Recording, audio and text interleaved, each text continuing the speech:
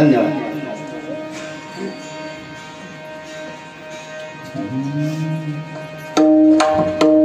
रूप पाहता लोकाने, रूप पाहता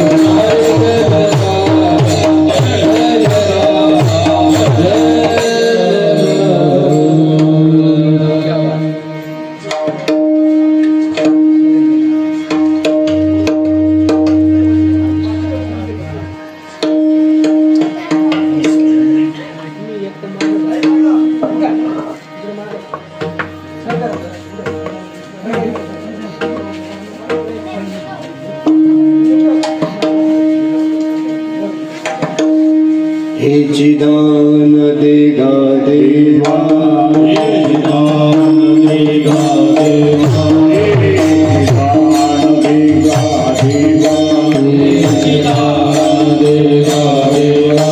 तुझा विसरण व्हावा, तुझा विसरण व्हावा, तुझा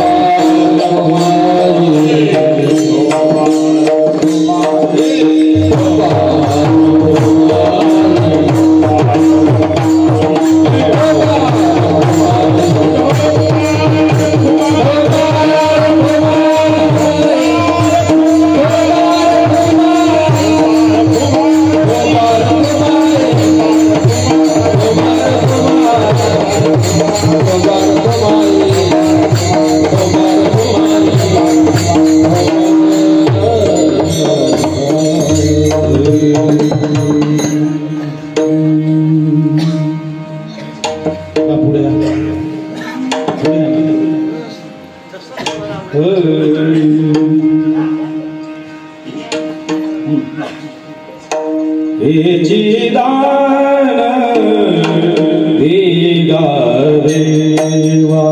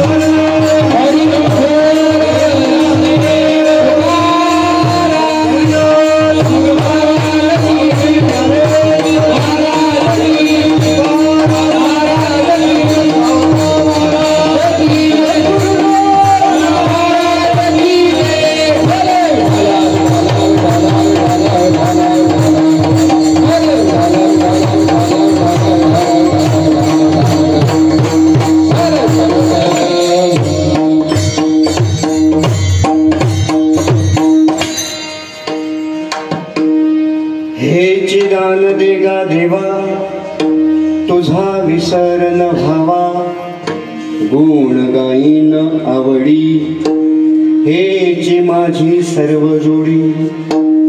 न लगे मुक्ती आणि संपदा, संत संग देई सदा. गुण गाईन आवडी, हेची माझी सर्व जोडी. तुका म्हणे गर्भवासी, सुखे घालावे आम्हासी. गुण गाईन आवडी, हेची माझी सर्व जोडी. महायोग पीठे तटे भीमरक्षाम, वरम पुंडरीकाय दातुं मुनींद्रैः. समागत्य तिष्ठन्तमानंद कंदम, परब्रह्मलिंगम भजे पांडुरंगम. पांडुरंगा करू प्रार्थना,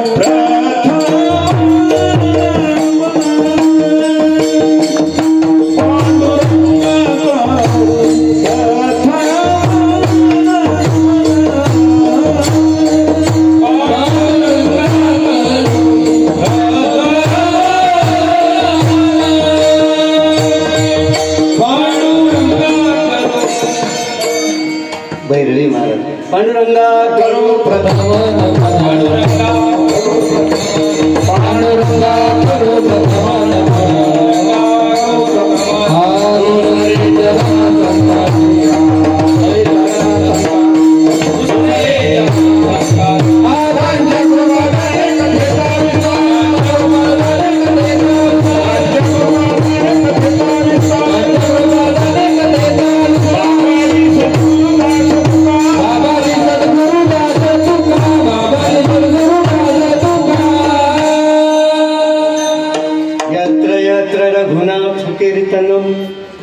तत्र तत्र कृतमस्तकांजलिं. वाष्पवारि परिपूर्णलोचनं, मारुतिं नमत राक्षसान्तकम्. आदो ब्रह्मा मध्ये विष्णु, रन्ते देवः सदा शिवः. मूर्तित्रयस्वरूपाय दत्तात्रेय नमोस्तुते. ओम नमो ज्ञानेश्वराय, ओम नमो ज्ञानेश्वराय, ओम नमो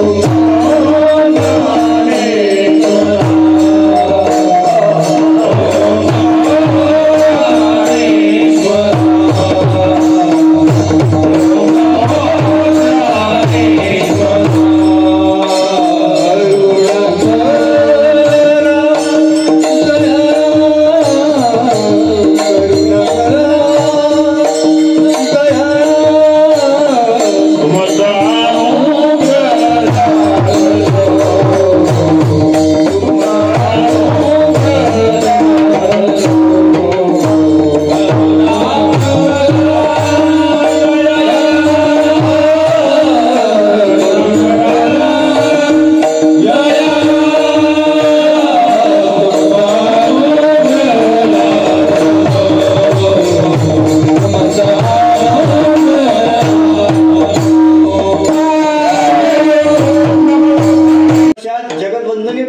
तुकोबारायांनी आपल्याला सांगितलंय. कारण की तुकोबाराय आणि भगवान परमात्मा हे दोन्हीही आज विद्यमान परिस्थितीमध्ये अवताराच्या दृष्टीनं ह्या मृत्यूलोकामध्ये आज अंतिम रात्रीत आहे.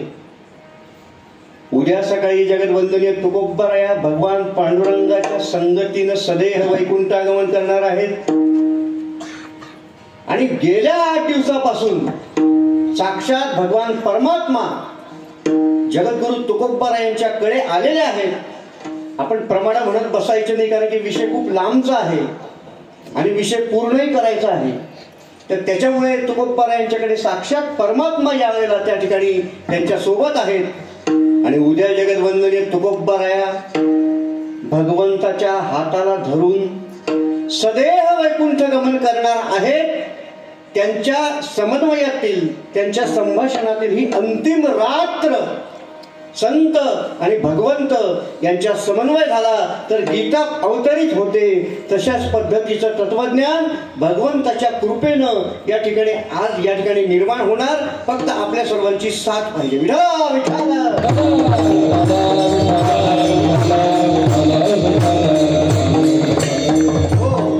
तात्पर्य असं आहे की जवळजवळ 8 दिवस झाली.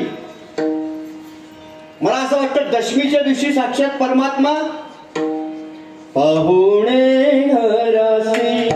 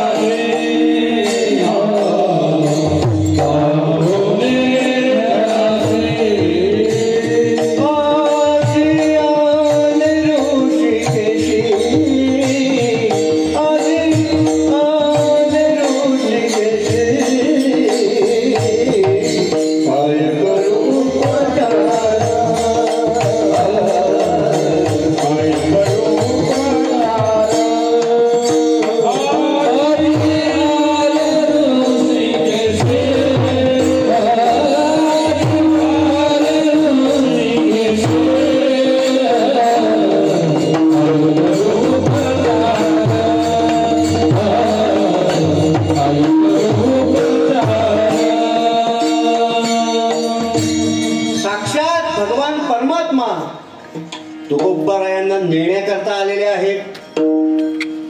आपल्याला पोहोचवण्याकरता आपल्या घरी वेळेवर येतील का शंका आहे की नाही.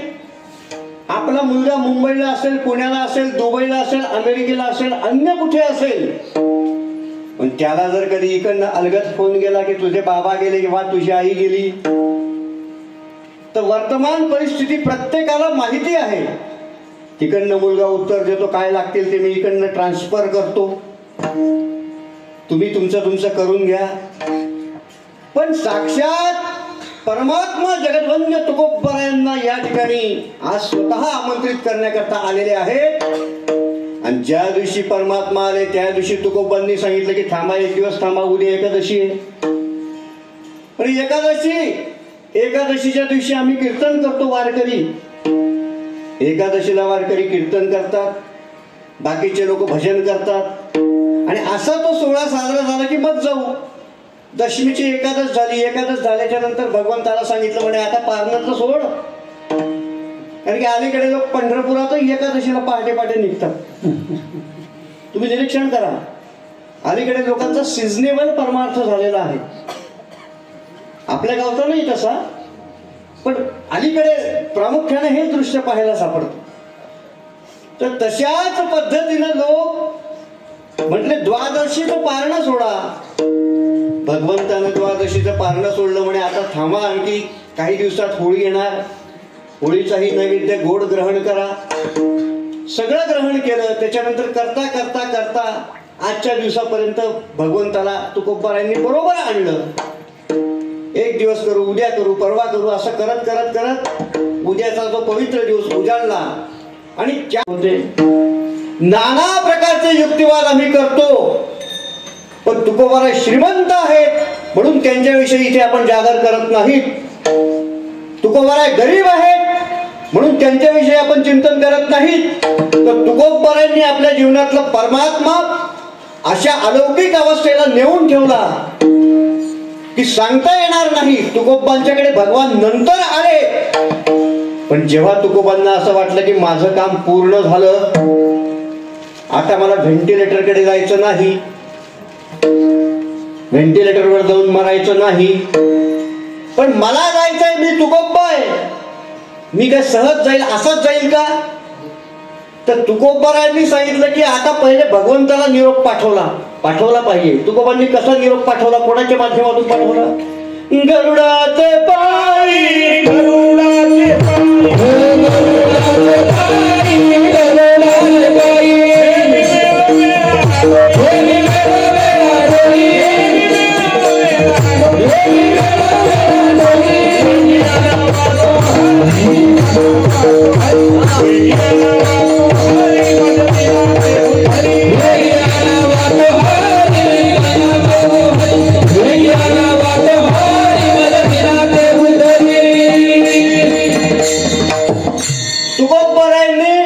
निरोप पाठवला मेसेजियर म्हणून.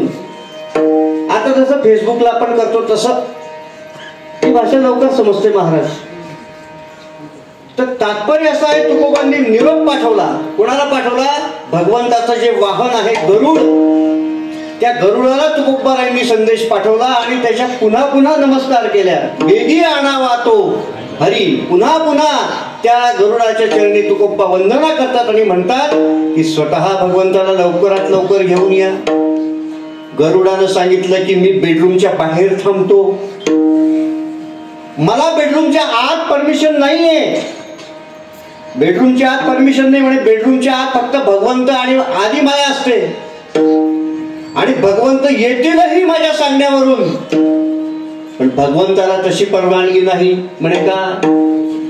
कारण पाय लक्ष्मीचे हाती, पाय लक्ष्मीचे हाती, पाय लक्ष्मीचे हाती,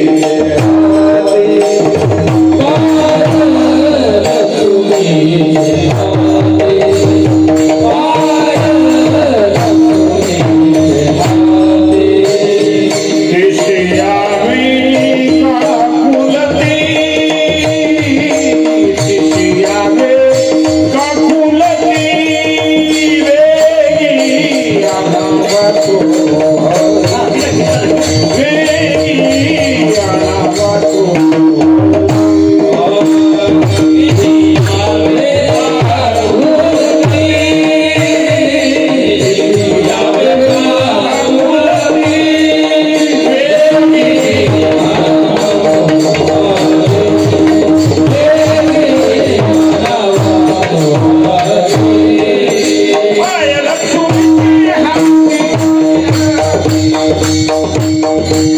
लक्ष्मीचे हाती.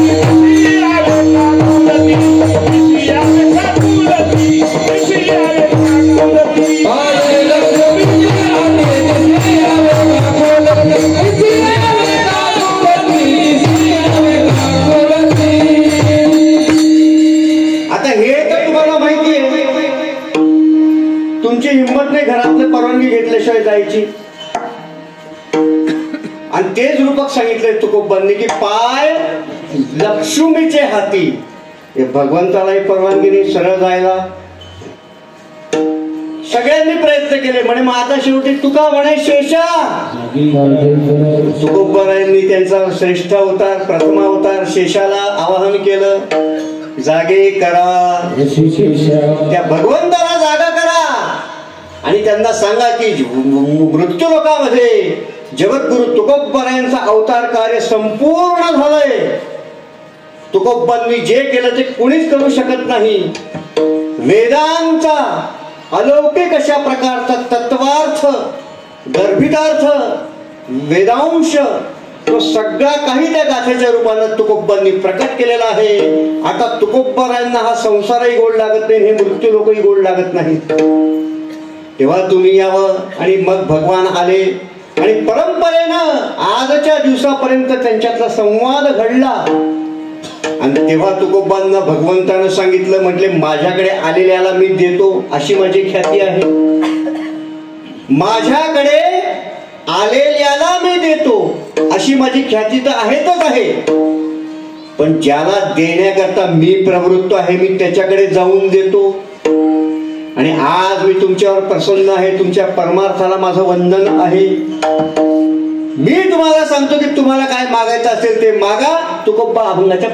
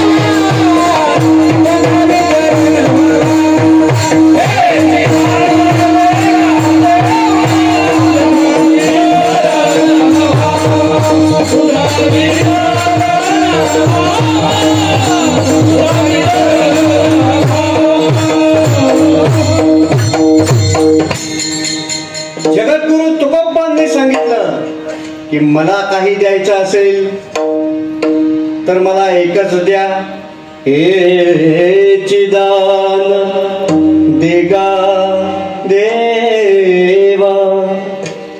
मला असं वाटतं या सगळ्या अभंगाचा सारांश या अभंगाच्या फक्त पहिल्या शब्दात आहे, फक्त पहिल्या शब्दात. कशामध्ये आहे? हेची हा एकच शब्द पूर्ण आहे त्याच्याकरता. मी तुम्हाला प्रश्न विचारतो, वारकरी संप्रदायाचं मत कोणतं आहे बाबा? द्वैत आहे की अद्वैत आहे की विशिष्टाद्वैत आहे? वारकरी द्वैत मानतो की विशिष्टाद्वैत मानतो की अद्वैत मानतो? किती वर्षाची परंपरा आहे आपल्या गावांमध्ये? वारकरी द्वैत मानतो असं म्हणता येत नाही, वारकरी विशिष्टाद्वैत मानतो असं म्हणता येत नाही. कारण की आज जे इथे येऊन बसलेले असतात ते उद्या दुसरीकडेच बसलेले दिसतात. तुम्ही लक्षात घ्या, माझ्या वडिलांची मिरासी का असं म्हणणं वेगळं आहे, पण त्या परंपरांचं पालन करणं हे तेवढंच कठीण आहे, हे लक्षात घ्या. म्हणणारे स्वतंत्र आहेत, बोलायला ते म्हणतात. म्हणून मी सांगतो की तुकोबारायांनी जो पहिला शब्द वापरलेला आहे त्याचं नाव आहे हेची. आता हेची शब्दातला अर्थ असा होतो की ब्रह्म सत्यम जगत मिथ्या, सगळं जगत मिथ्या आहे. आद्यगुरु शंकराचार्य सांगतात, धर्माणाम स्थिती कारणम प्राणिनाम साक्षात अभ्युदय निरश्रेय हेतुयः सद्धर्म. धर्म कोण आहे? धर्म म्हणजे नेमका काय? तर ज्याने आपल्या जीवनात अभ्युदय प्राप्त केला आणि ज्याने आपल्या जीवनात निरश्रेय प्राप्त केला त्या प्राप्त करणाऱ्याला म्हणायचं की त्यानं धर्म प्राप्त केला. थोडं कठीण आहे, समजून घ्या. विठ्ठला विठ्ठल.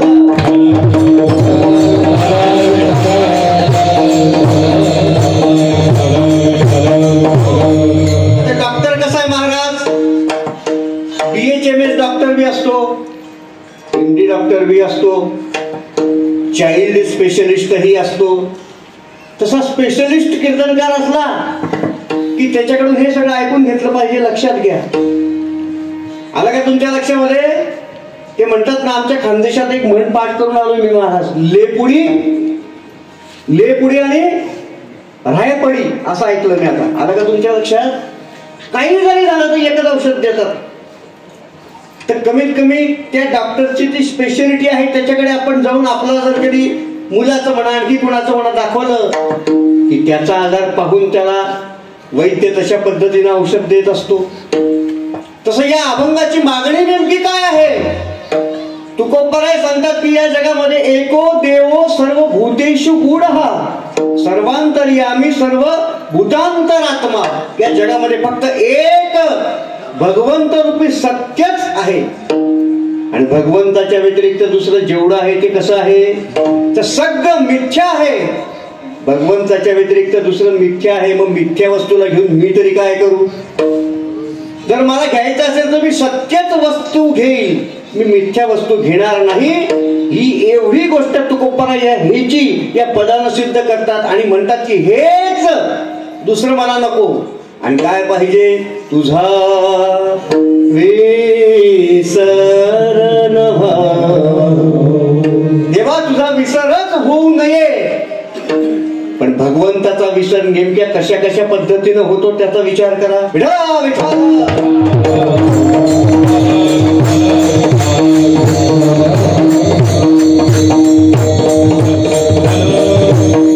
जोपर्यंत पाणी नाही, जोपर्यंत शेतीला अनुकूल परिस्थिती नाही, तोपर्यंत परमार्थाला जबरदस्त गर्दी. आणि शेतीची अनुकूलता झाली की बाबा कांदा उमजू दे. बाबाला सांगतात ते, म्हटलं बाबाच कांदा खात नाही. ते म्हणे अरे कांद्या तुला तेच सांगतोय की कांदा उमजू देत नाही. याच्यात श्लेष बरं का, ज्याला ग्रामर कळतं त्याला कळेल मी काय बोलतो. विठ्ठला विठ्ठला.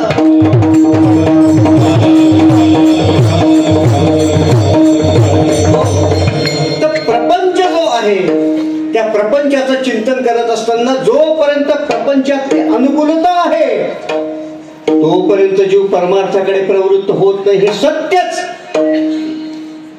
आणि तुकोबरायांच्या जीवनातली जी प्रापंचिकता आहे तिच्याविषयी आता आपण मोठ्या मोठ्या विद्वानांची कीर्तनं ऐकलेलीच आहेत. तुकोबराय श्रीमंत होते की तुकोबराय गरीब होते? गरीब म्हणायचं असेल की लगेच तुकोबारांचं प्रमाण म्हणायचं. तर तुकोबा श्रीमंत की तुकोबा गरीब हा वादच नाही. तुकोबा हे संत आहेत आणि तुकोबांनी जे केलं ते कोणीच केलं नाही. धन्य तुकोबा समर्थ.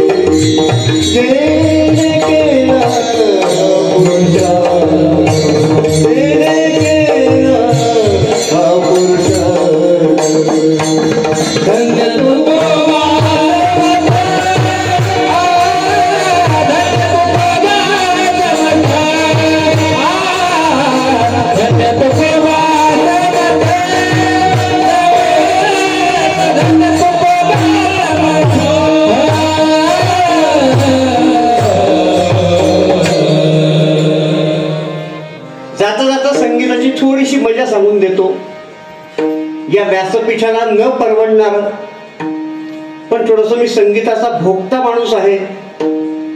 तुम्ही म्हणाल 10 दिवस तेच ऐकतो बाबा, मी काय सांगताय मधून. पण हा राग होता. याच्यातलं आपण गाणं कसं, गाण्याची ताकद नेमकी काय.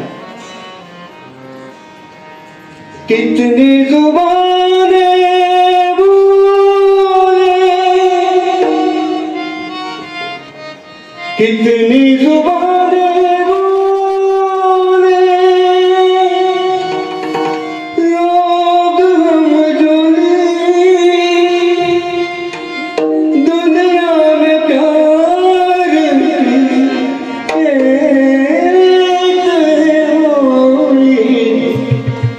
बोले जो क्षमा हो, बोले जो क्षमा परवाना मैंने नहीं जाना. हो, मी जे सांगितलं त्याचा निरूपक तुम्हाला करून दाखवतो.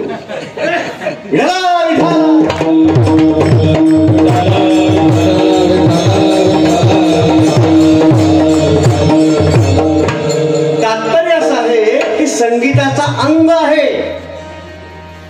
कुठल्या अभंगाच्या कुठल्या चरणाला कुठला राग म्हटलं पाहिजे याचं शास्त्र आहे. तुम्ही म्हणा काय तुम्ही तेच सांगता का उभा, म्हटलं माझ्याकडे तेवढंच भांडवल आहे, मला दुसरं येतच नाही बाबा, मी तरी काय करू. तुकोबरायांचा प्रपंच माझा मुद्दा आहे. आद्यगुरु शंकराचार्यांनी काय सांगितलं, धर्माणाम स्थिती कारणम प्राणीनाम साक्षात अभ्युदय निरश्रेय हेतु यः सद्धर्म. त्यातला अभ्युदय शब्द याचा अर्थ होतो आपला प्रापंचिक विकास, आणि निरश्रेय या शब्दाचा अर्थ होतो आपला पारलौकिक विकास. येते का लक्षात. म्हणजे भौतिक विकास आणि पारलौकिक विकास वा वेदांताच्या भाषेत याला म्हणतात व्यष्टी आणि समष्टी. हे लक्षात घ्या. तर तात्पर्य असं आहे की तुकोबांचा प्रपंच कसा आहे, धन्य तुकोबा, आणि तुकोबांचा परमार्थ कसा आहे, तुगा म्हणे मुक्ती परिणाली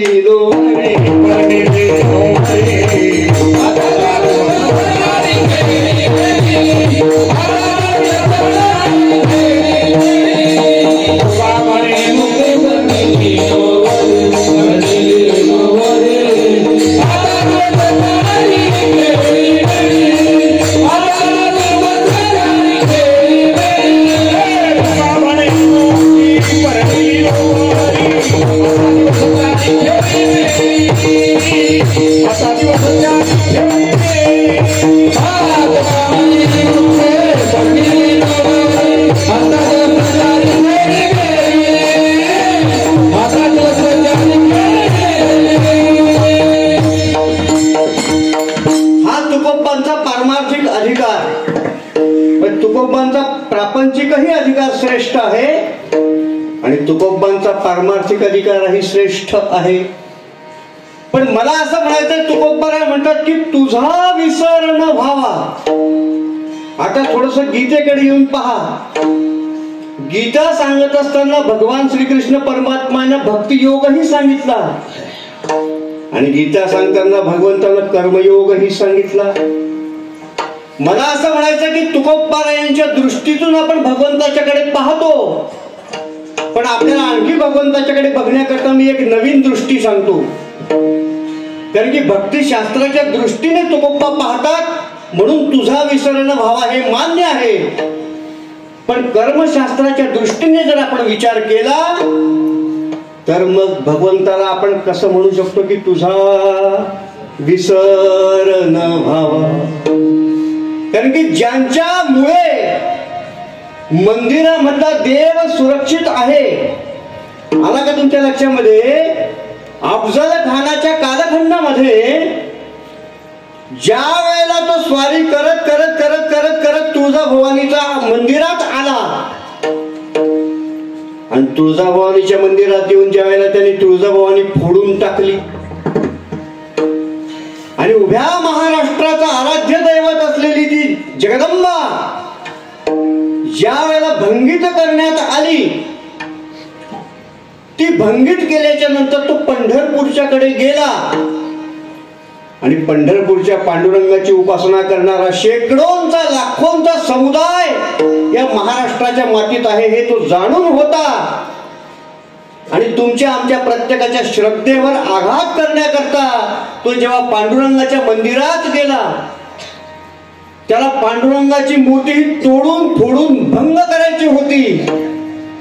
पण मी पुन्हा तुम्हाला प्रश्न विचारतो की तुम्हाला सांगता येईल का त्यावेळेला पांडुरंगाच्या मूर्तीला कोणी वाचवलं असेल? त्यावेळेला त्या पांडुरंगाच्या मूर्तीला वाचवणारं एकमेव नाव त्या काळामध्ये होतं. त्यांचं नाव आहे प्रल्हाद बडवे. हे पांडुरंगाचे निस्सिम भक्त होते. आणि इतक्या साध्या साध्या गोष्टीही आपल्या लोकांना कळत नाहीत. या गोष्टींचं ज्ञान कीर्तनामधून झालं पाहिजे. लक्षात घ्या, सासू सुना 24 तास तेच करता घरात, इथेही तेच करायचं का?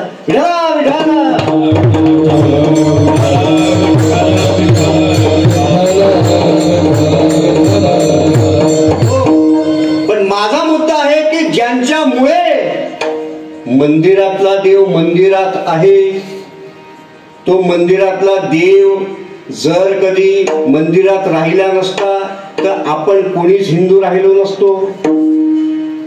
बरं, याच्याकरता काय म्हणायचं की भगवंताकडे बघण्याची जी दृष्टी आहे, माझा शब्द काय आहे, माझा मुद्दा काय आहे, तुझा विसर तर त्याचा विसर होता कामा नये. हे भक्तीच्या दृष्टीने हा एक अंग झाला आणि कर्माच्या दृष्टीने एक स्वतंत्र अंग आहे. त्याचा विसर होऊ द्यायचा नाही म्हणजे नेमका काय होऊ द्यायचा नाही. आणि या देशामध्ये ज्या वेळेला 5 धर्मसंपन्न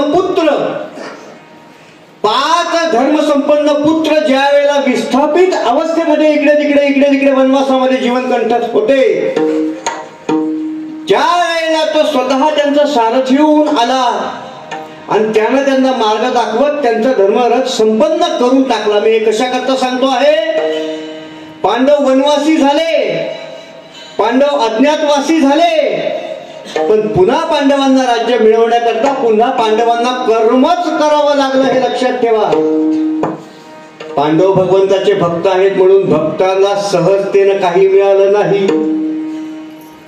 भगवंताचं नाव घ्या सगळं मिळेल हे अर्ध सत्य वाक्य लक्षात ठेवा. विठ्ठला विठ्ठला.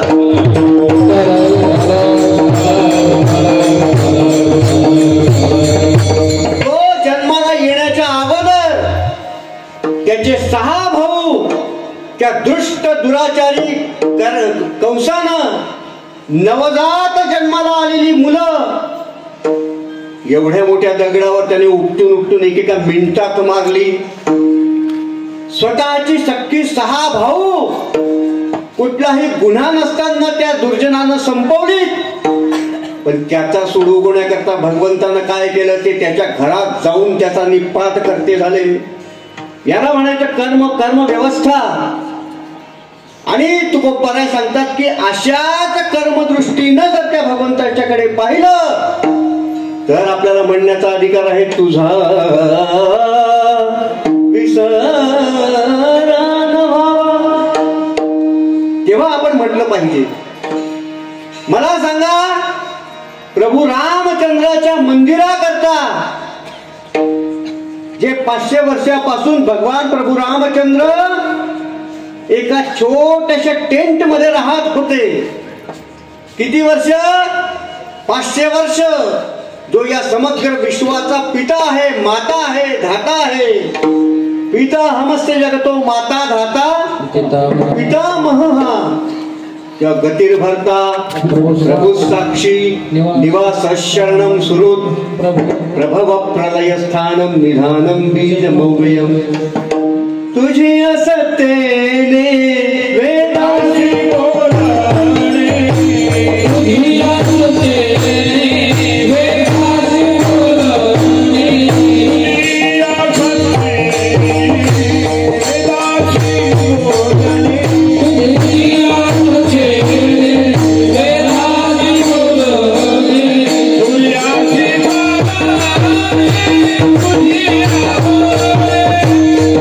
तुझी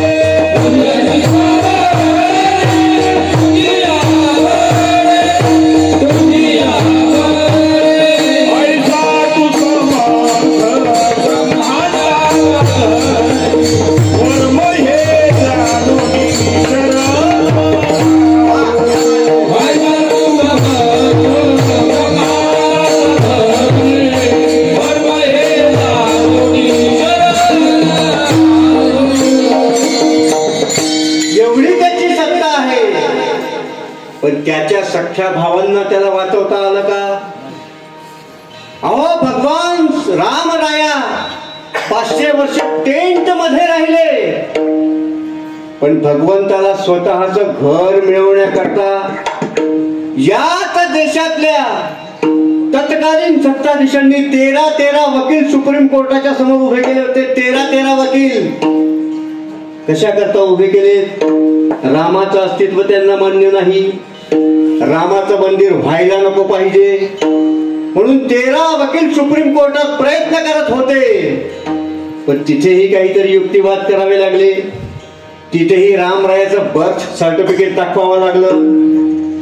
जो सगळ्या विश्वाचा जनिता आहे त्याला स्वतःच्या जन्माचे पुरावे द्यावे लागले.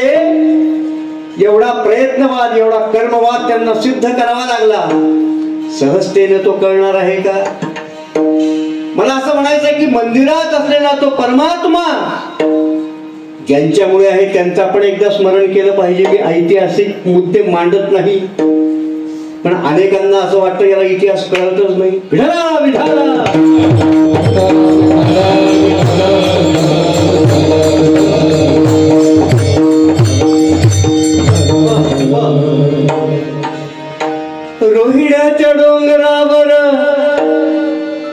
रोहिड्याच्या डोंगरावर जमले रणधीर करण्या निर्धार बेडी हिंदूची दूर करण्याला.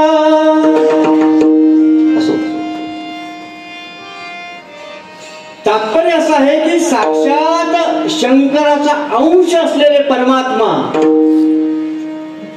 या देशातील भगवंताच्या मूर्त्या वाचवण्याकरता, या देशातील हिंदू माता भगिनींचे अब्रू वाचवण्याकरता, आपल्या हिंदू धर्मातल्या सनातन परंपरांचं संरक्षण करण्याकरता छत्रपती शिवरायांच्या रूपाने या मृत्यूलोकामध्ये अवतरित झाले.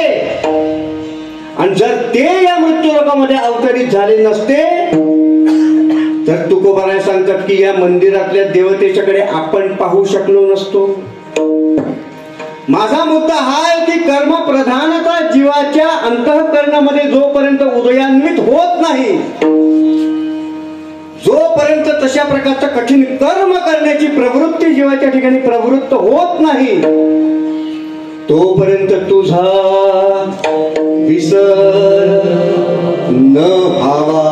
म्हणजे कर्माच्या दृष्टीने जेव्हा तुम्ही भगवंताच्याकडे बघतात त्यावेळेला तुम्ही कर्मप्रधानता स्वीकारतात. आणि जीव जोपर्यंत कर्मप्रधानता स्वीकारत नाही तोपर्यंत जीवाचा ऐहिक उत्कर्ष होत नाही, त्याला पारलौकिक प्रयत्नवाद सिद्ध करता येत नाही. आणि म्हणून तुकोबाराय सांगतात की हेची दान देगा देवा तुझा विसर न व्हावा. हे देवा कधीच तुझा विसर होऊ नये, आणि जर का हे दान तुम्हाला दिलंस तर मी आवडीने तुझं गुणगान करीन. तुकोबा अभंगाच्या दुसऱ्या चरणात सांगतात.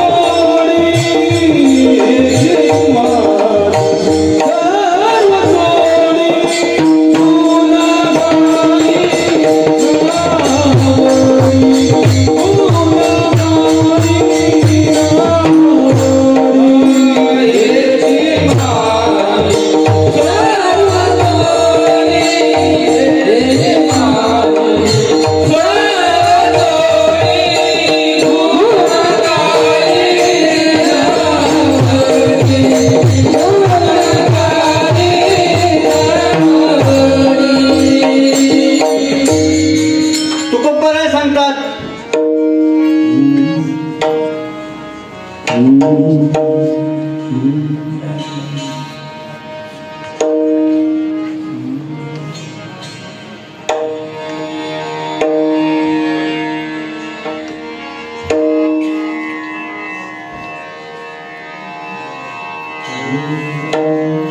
स्वर चुकतोय म्हणून ते असं होतं. विठ्ठला विठ्ठला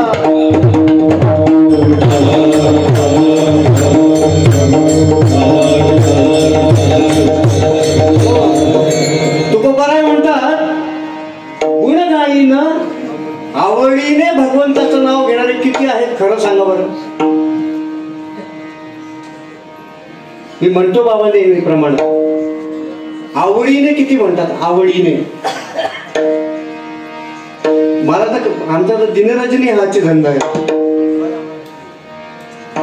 बरोबर आहे की नाही.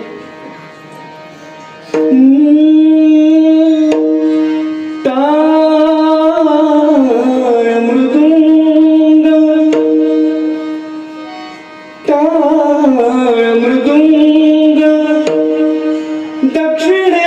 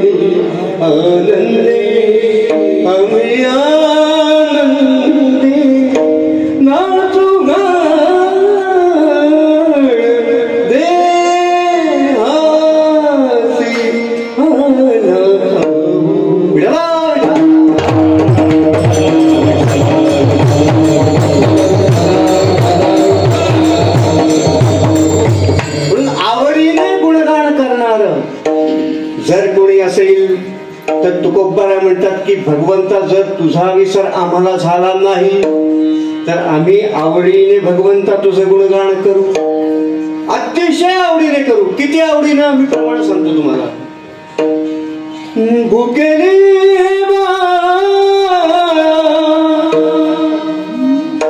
भुकेले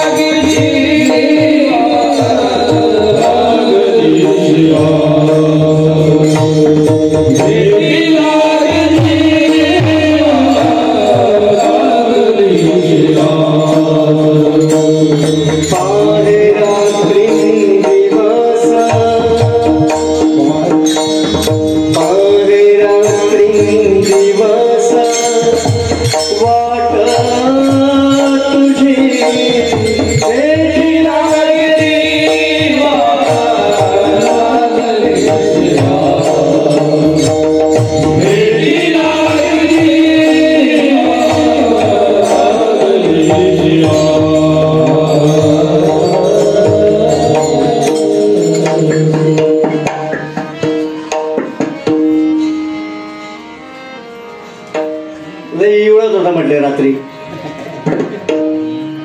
आपल्याच गावचा शब्द हा इवळाच होता. लिहून ठेवतो बरं काही काही शब्द. दुर्दैव असं आहे की या शब्दांची डिक्शनरी मिळत नाही. विठ्ठला विठ्ठला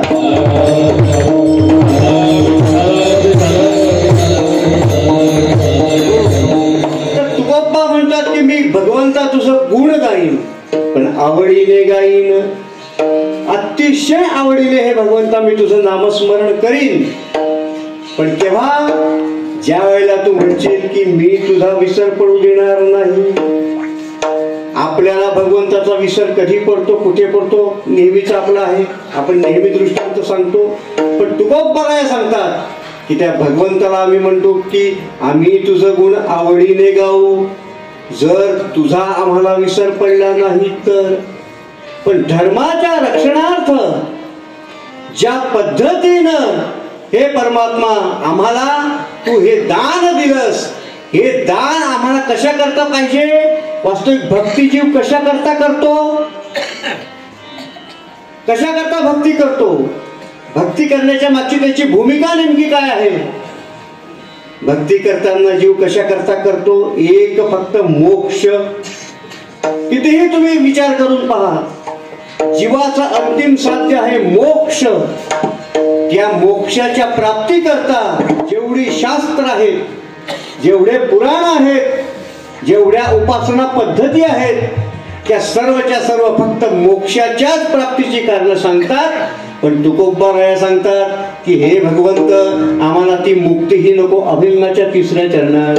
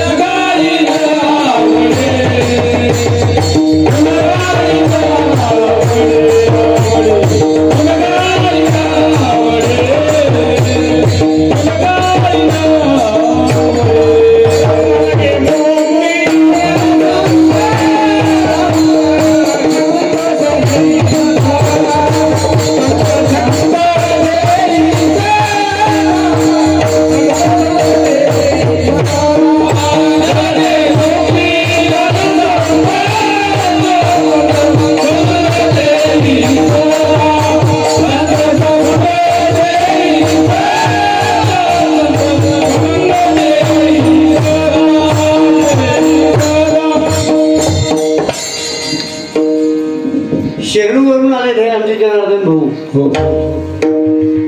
शिक्षक आहेत, पण आज आवर्जून ते या ठिकाणी कीर्तनाला आले.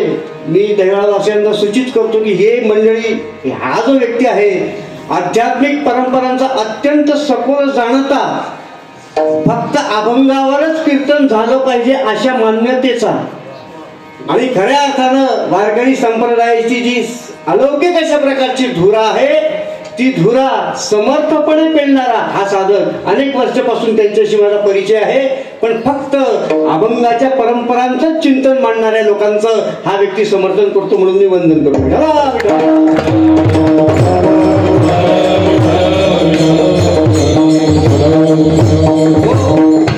तात्पर्य असं आहे की तुकोबारायांनी सांगितलं की आम्हाला मुक्ती नको. बरं कशा करता करतात मग? परमार्थ कशा करता करायचा? तेने मुक्तीच्या साठी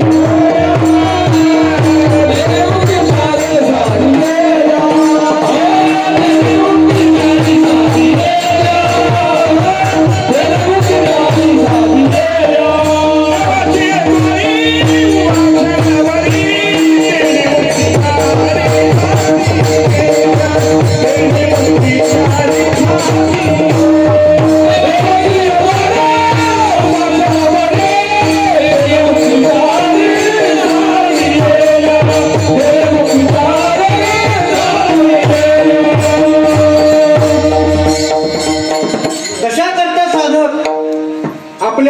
जीवनामध्ये परमार्थ करतो.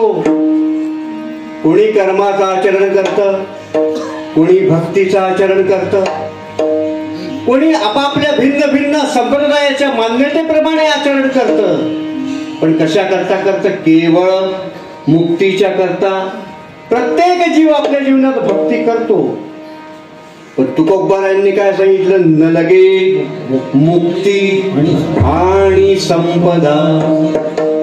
कल्पना करून पहा, तुकोबाराय मुक्तीला नाकारता आहे. तुकोबाराय म्हणतात आम्हाला मुक्ती नको. मग नेमकं तुकोबारायांच्या मागे जावं तरी का? चिकित्सक लोक असतील त्यांना प्रश्न पडेल की नाही ही गोष्ट बरोबर आहे.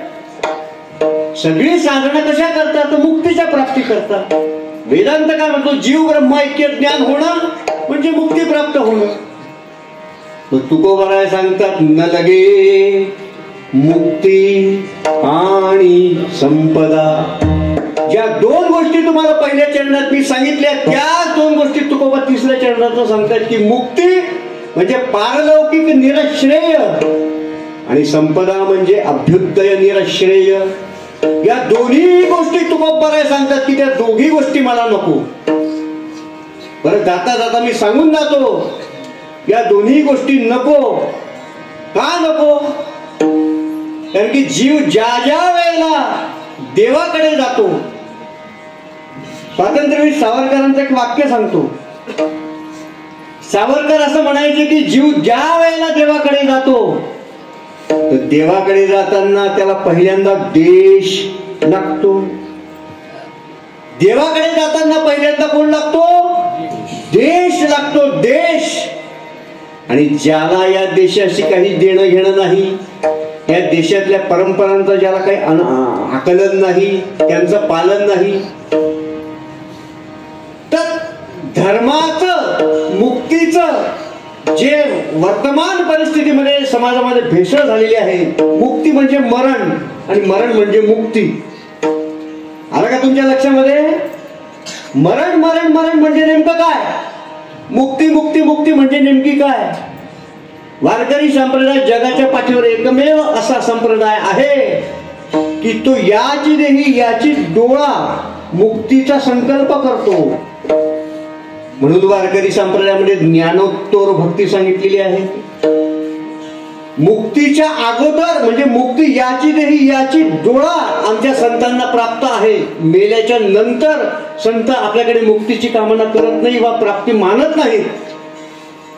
जे वारकरी संप्रदायाचं तत्वज्ञान आहे ते तत्वज्ञान हेच की जन्मामध्येच मृत्यू आणि मृत्यूमध्येच मुक्ती.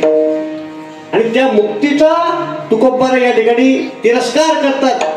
तुकोबाराय सांगतात की ती मुक्ती आम्हाला नको, ती संपत्ती ही आम्हाला नको. कोणत्याच प्रकारची कामना तुकोबांच्या जीवनामध्ये दिसत नाही. मी हे का बोलतो आहे की स्वधर्माचा रक्षण करण्याकरता ज्या ज्या शक्ती या समाजामध्ये प्रसारित आहेत, त्या समस्त समाजामध्ये प्रसारित असलेल्या शक्तींचा विरोध करणारी जर कधी सगळ्यात मोठी शक्ती या समाजामध्ये विराजमान असेल तर ती शक्ती स्वकीयांचीच शक्ती हे लक्षात घ्या. आपल्याला दुसऱ्यांनी येऊन विरोध करायचं काही कारण नाही.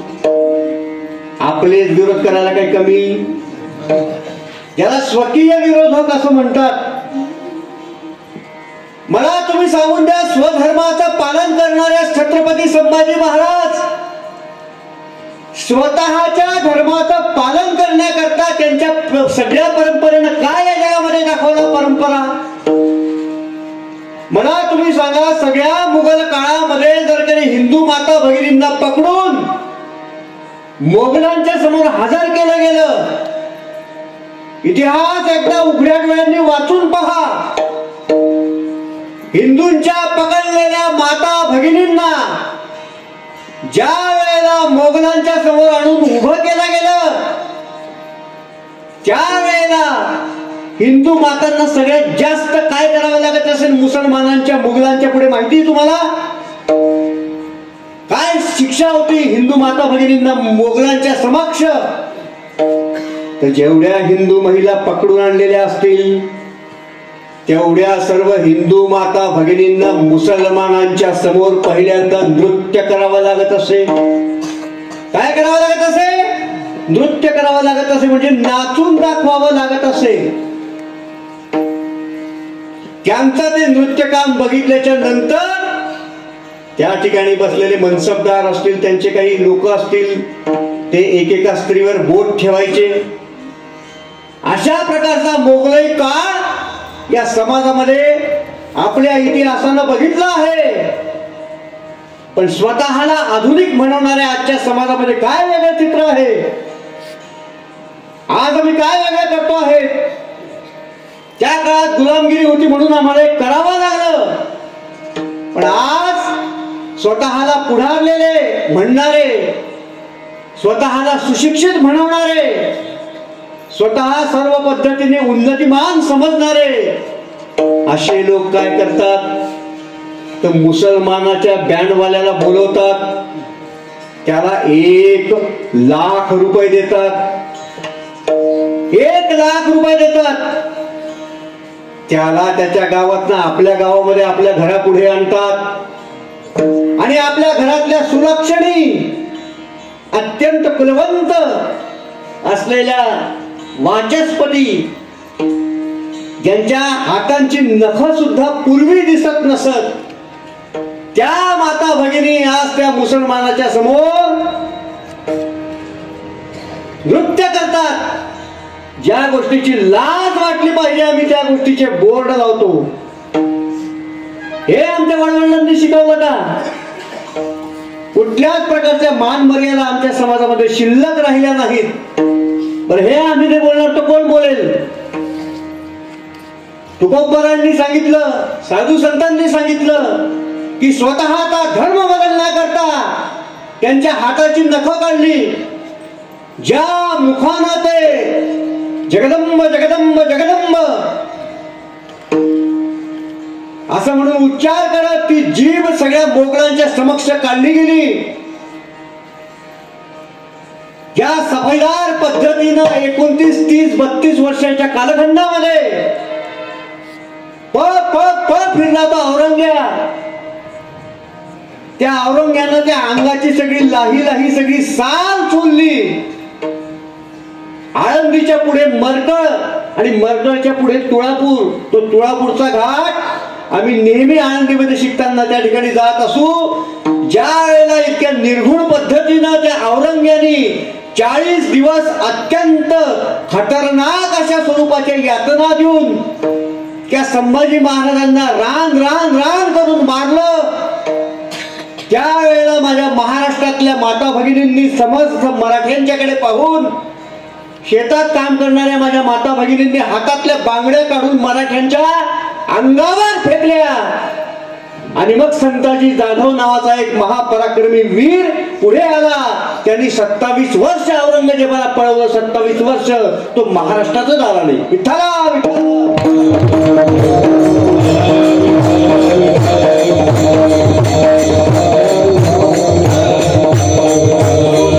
म्हणूनच महाराष्ट्रातल्या माता भगिनी कशी साडी नेसायच्या बाबा? 9वारी साडी ही धोत्रासारखी असते. त्या घोड्यावर बसून हातात तलवार घेऊन या सगळ्या हिरव्या फडक्यांना उचलून बाजूला टाकत, असा परमार्थ, अशा प्रकारचा पुरुषार्थ या महाराष्ट्रातल्या माता भगिनींच्या समर्थ आहे. मी हे कशा करता सांगतो आहे की त्या महाराष्ट्राची संस्कृती आपण अशा पद्धतीने ढासळत आहोत. तुकोबरायांनी सांगितलं की न लगे मुक्ती आणि संपदा, हे काहीच नको, आम्हाला फक्त संतांची संगत दे. पण संतांची संगत करताना संत पहिल्यांदा पहा, संतांची काय ओळख आहे? काय ओळख आहे संतांची? जेवणाची यादी देणारा संत असतो का? मला थोडं मीठ कमी लागतं, माझ्या जेवणात कांदा थोडा जास्त पाहिजे, अशा प्रकारची यादी सांगतो का संत? तुम्ही कल्पना करून पहा. त्या संत पाकिट ठरवून येतात. वर्तमान काळातली विद्यमान अत्यंत ज्वलंत आणि अंतःकरणाला पिळून टाकणारी ही परिस्थिती समाजामध्ये प्रसारित आहे. पण मी मागेही बोललो आणि मी आजही बोलतो, समाजातला ज्या वेळेला सुज्ञ समाज मौन धारण करतो, ज्या वेळेला पितामह भीष्म मौन धारण करतात, ज्या वेळेला द्रोणाचार्य मुके होऊन बसतात, त्याच सभेमध्ये द्रौपदीचं वस्त्रहरण होतं, तेव्हा या समाजातल्या सुज्ञ समाजाला माझं आवाहन आहे की वारकरी संप्रदायामध्ये चाललेलं विद्रुपीकरण जर कोणी थांबवू शकतं तर ती शक्ती फक्त तुमच्या ठिकाणी आहे. म्हणून संप्रदायामध्ये कीर्तन परंपरांची भेसळ होऊ देऊ नका एवढं निवेदन आहे. विठ्ठला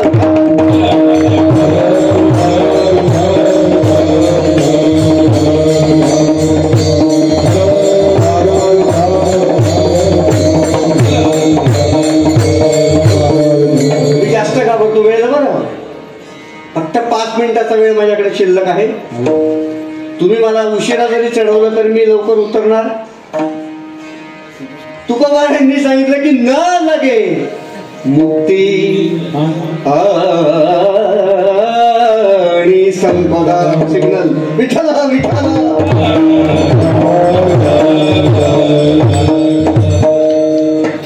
तात्पर्य असं आहे, तुकोबाराय सांगतात की न लगे मुक्ती, त्या मुक्तीची आम्हाला गरज नाही. का असं तुकोबारायांना म्हणायचं आहे? का तुकोबाराय म्हणतात की आम्हाला मुक्ती नको? बरं, मुक्तीच्या करताच तर एवढा प्रयत्नवाद आहे. तर तुकोबाराय सांगतात ती मुक्तीही नको, त्या संपदाही आम्हाला नको.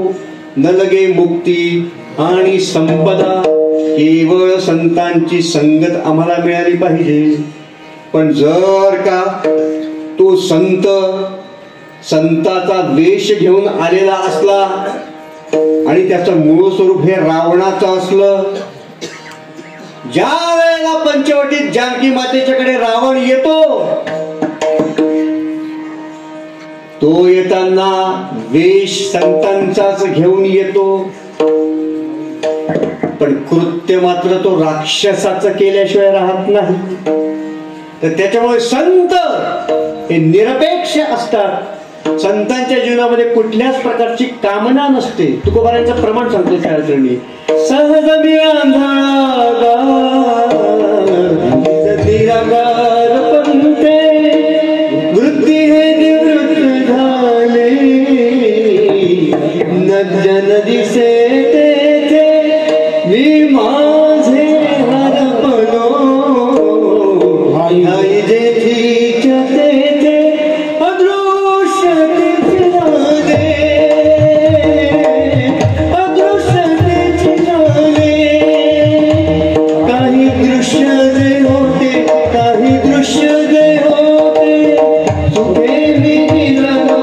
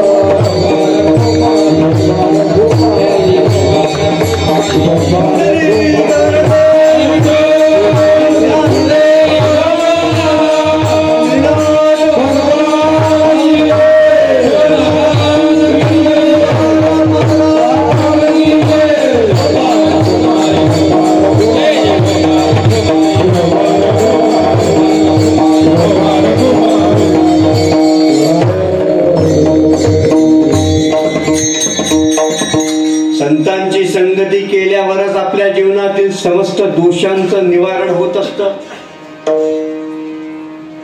पण त्याच्याकरता पहिल्यांदा तो जेवलेला पाहिजे जो स्वतः तृप्त आहे. तोच तुमच्या जीवनातल्या अतृप्त इच्छांना पूर्ण करू शकतो. कल्पना करा, ज्याच्याकडे 200 रुपये आहेत तो तुम्हाला 100 देऊ शकेल. याच्याकडे काहीच नाही तो तुम्हाला कसं काय देऊ शकेल?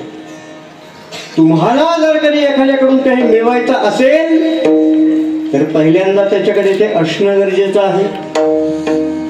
तद्वतच ज्यांच्याकडे त्या सगळ्या दैवी गुणांचं संकलन आहे, ज्यांच्या जीवनामध्ये तो त्याग आहे, ज्यांच्या जीवनात त्या कामना समूळ नष्ट झालेल्या आहेत, ज्यांच्या जीवनातल्या वासना कुठेतरी आपल्याला अदृश्य स्वरूपात जाणवतात, अशा सगळ्या प्रकारच्या ज्या दैवी गुणमालिका आहेत त्यांची लक्षणं आपल्याला सामान्य लोकांच्याकडेही पाहायला मिळतात आणि महात्म्यांच्याकडेही पाहायला मिळतात. पण त्यातनं आपण महात्मे हेरले पाहिजे, त्यांच्या चरणाची वंदना केली पाहिजे. त्याच वेळेला खऱ्या अर्थानं भगवंताची कृपा ही होत असते. पण तुकोबारायांनी आपल्याला सांगितलं की त्या भगवंताची कृपा आमच्यावर आहे आणि त्याचा विसर आमच्याही जीवनात पडला नाही, तो आपल्याही जीवनात पडता कामा नये. आणि म्हणून तुकोबारायांनी शेवटच्या चरणातनं सांगितलं,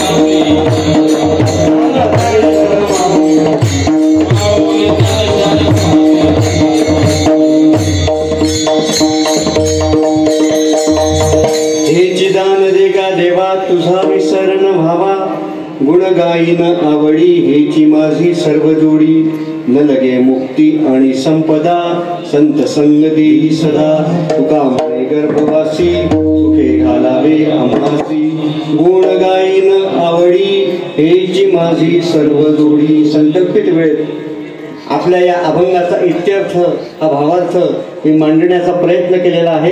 11:06 झालेली आहेत. मी माझ्या वेळेचं बंधन पाळलेलं आहे. तुम्ही काय पाहायचं ते पहा, पण मी वेळेच्या बाहेर गेलेलो नाही.